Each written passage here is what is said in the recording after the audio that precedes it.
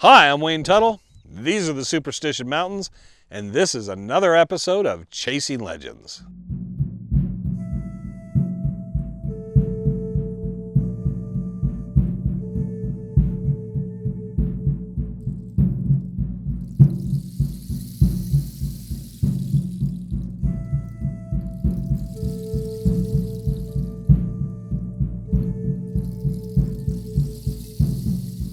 Welcome back. I'm Wayne Tuttle, your host once again. This is Chasing Legends. Please hit the notification bell. Make sure you get all this stuff after you hit the subscribe bell. Leave a comment if you want to. We do like and answer and read our comments.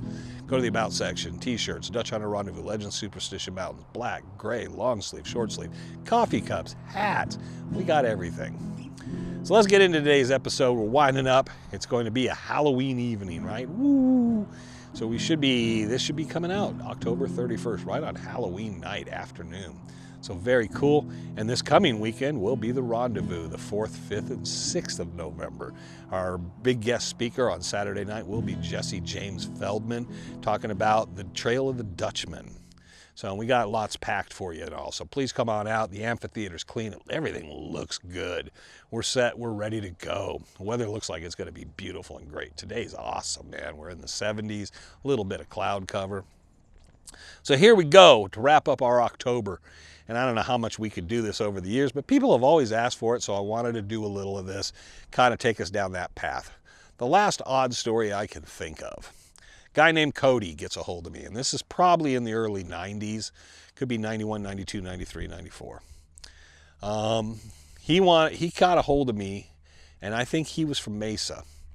He said, I want to go back in. I've been going back in the mountains, and I've been running into something. And I'm like, what? And he said, I've been just running into something. I want to take you out and kind of explain it and all this stuff.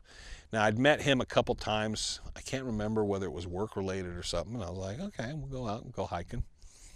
So we came out, went out, first water, came down, went out down through Bull Pass, and we're going down through Marsh Valley, out near the area Spanish racetrack and stuff. And we got out there, and we stopped, and that's a huff. And then I also realized we got to go back up Bull Pass, which I was not happy with. But we're talking, and he says, okay, I'm going to explain. He says, I was out here. I said, I camped. And it's happened 2 or 3 times, and he says, I'm hoping something happens today. And he said, it's been daylight when it's happened. He said, I've been hearing like this, sounds like thunder during the day. Skies will be clear, and I can hear thunder. I was like,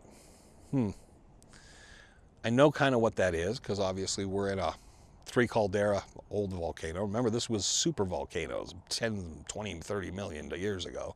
And we have collapsed volcanic activity. There's still something down there on the ground.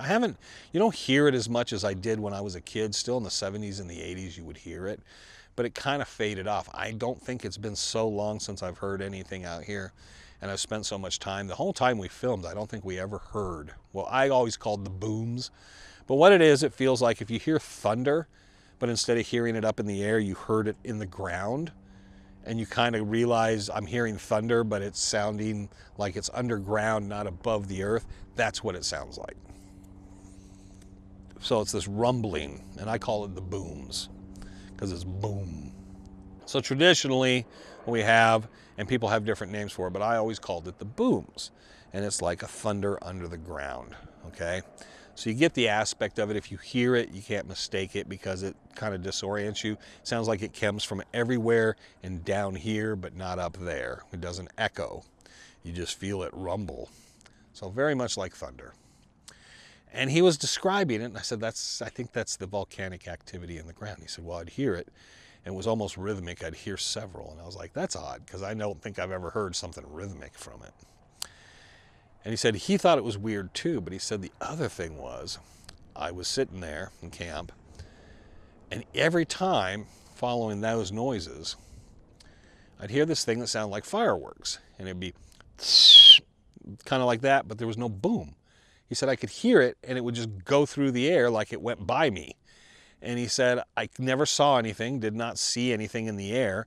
I just could hear that noise like a firework with never a pop at the end. So he said, I kind of looked around, but he said it happened 3 times to me. I thought, wow, that's kind of weird. So we walked around and we discussed what it could be, and I'm pretty sure what he was hearing. And I think what happens is when you first hear things and you don't know what they are, because all of you, if you came out and heard it, you would be, that's that rumbling. Okay, that thunder thing. Oh, that's cool. And probably the reason the mountains got the name of the thunder gods, obviously, right? The Apaches, the Pimas would think the thunder gods because they would hear those calderas and all that magma deep in the earth moving, and you would feel it, and you could actually hear it. Completely different sound than a gunshot or dynamite going off. Completely, very unmistakable. It's very different. And I think the first times I heard it, I was kind of like not sure at all. And then once I'd heard it, and I'm like, again, 70s, 80s, I didn't remember hearing it much after around the early mid 80s, after the mining stopped. Kind of quieted out. You would hear it once in a while, but not as much. Activity went down. So we talked about it, we walked around, we checked some stuff out, we kind of just lollygagged, and then I realized, okay, we got to start working our way out or we're not going to be out of here today. So we started heading out, we got up in Bull Pass, and we're working our way up Bull Pass. And I heard that thunder sound. And he just froze, and he said, see? And I was like, okay, that is that volcanic activity. And I explained it again to him. I said, that's magma or something, and the plates shifting in the ground because we're on super volcanoes that collapsed. There's a lot happening way down in the earth, but that's what we're hearing and feeling, and it's coming up through the earth. So there's something very violent down there. It's not going to affect us. Nothing's erupting. This is completely inactive. Don't worry about it. Watch, in 30 seconds I'll be consumed by a crack in the earth and everything will go to shit here. So he's like, well, you know, and I could tell he didn't want, I'm like, no, that's what it is. It's actual geological natural occurrence. And so we're talking, and then right behind us, I heard, shh, and I could tell it came from one side, went through, and I turned, and there was nothing there, nothing, and it never popped. And it was the weirdest sounding thing. I have no explanation for that. But it sounded like someone had a bottle rocket or something and shot it off, and then it went right behind you. And he said, see what I'm talking about? He's like, what is that? And I was just like, I've never heard it again. Now, I haven't spent a lot of time in that area and up in Bull Pass and Marsh Valley and all, and I don't know if anybody else has ever heard that. But it was the weirdest sounding thing, because that's exactly, it was like someone setting off a firework. It's shooting through the air, but there was no pop and there was no visual to it. So I don't know what that was about. Never could understand it. Hopefully tonight you'll hear lots of little pops and bangs, bright flashing lights and stuff.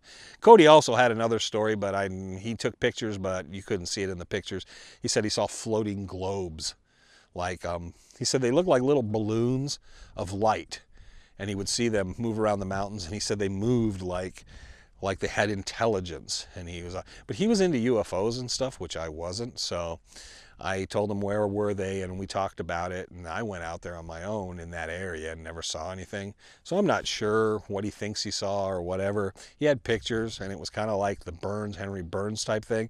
You looked at the pictures and you couldn't really see anything. It just looked like something, and it looked like someone took a picture of the moon out of focus, and you couldn't tell if it was anything or what it was or the distance or whatnot. So he had no real evidence of it, but he said there was these glowing balls he would see occasionally. And he was a person who always said he was sensitive to things like that. But I believe the one thing was volcanic activity.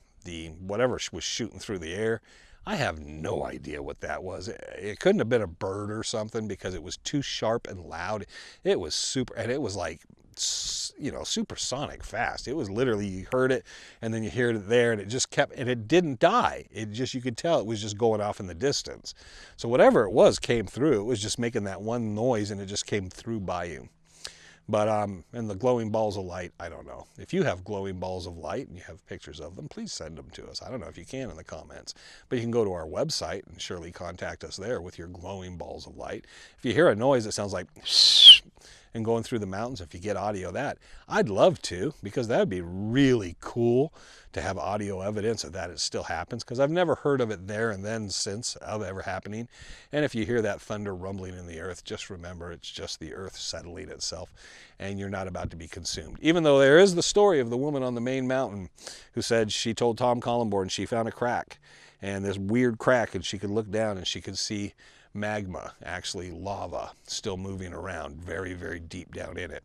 And Tom said he thought it was utter BS, but he said it is technically a possibility that there was a fissure or something where it had moved up and it was way down inside. And she said it was deep. You could barely see it, but she said you could see it glowing. And he said there is the inescapable possibility that she was correct. He never was able to locate that site. I never was able to get anything too specific, so I've never really searched for it. But a woman did claim on the main mountain there is a crack in the earth. Now, around Weaver's Needle, there's a lot of these cracks that go deep, like 40, 50, 60 feet deep. And when you run into them, you can't even see the bottom. And I don't know if it was one of those. She made it sound deeper. But Tom had that story. And I don't know if he wrote about it or he just told us all about it. But there you go. Hope everybody's having a good Halloween. Give those kids candy, man. If you're not handing out candy, you suck, okay? Because you should be handing out candy, making sure, because when you're a kid, that's a big deal. Make sure the kids get out, they get candy, they have a good time. It's not about anything evil or wrong or anything else. It's just kids. It's an American holiday. Let them have some fun, because this is a pretty messed up world anymore. And the way things are, kids should be able to be kids and have some fun and not be put in like boxed in and politically correct and all this stuff that goes on in the world. Let them one night dress up like a frickin' clown or Frankenstein, even a ghost, take a pillow sack and get some candy, because that's kind of not only just American, it's just nice for kids to go out and just be kids and have fun for a few hours. So if you don't put candy out, maybe I'll send one of the boogeymen from the Superstitions to your doorstep. There you go. Take it from me. So always remember, as we finish up, it's beautiful out today. I could spend out here and do 10 more Chasing Legends, and obviously you can tell I'm enjoying this. But always remember, I'm Wayne Tuttle. These are the Superstition Mountains, and I can't wait. 3 weeks in a row I've been out here, and I'm just living it, man.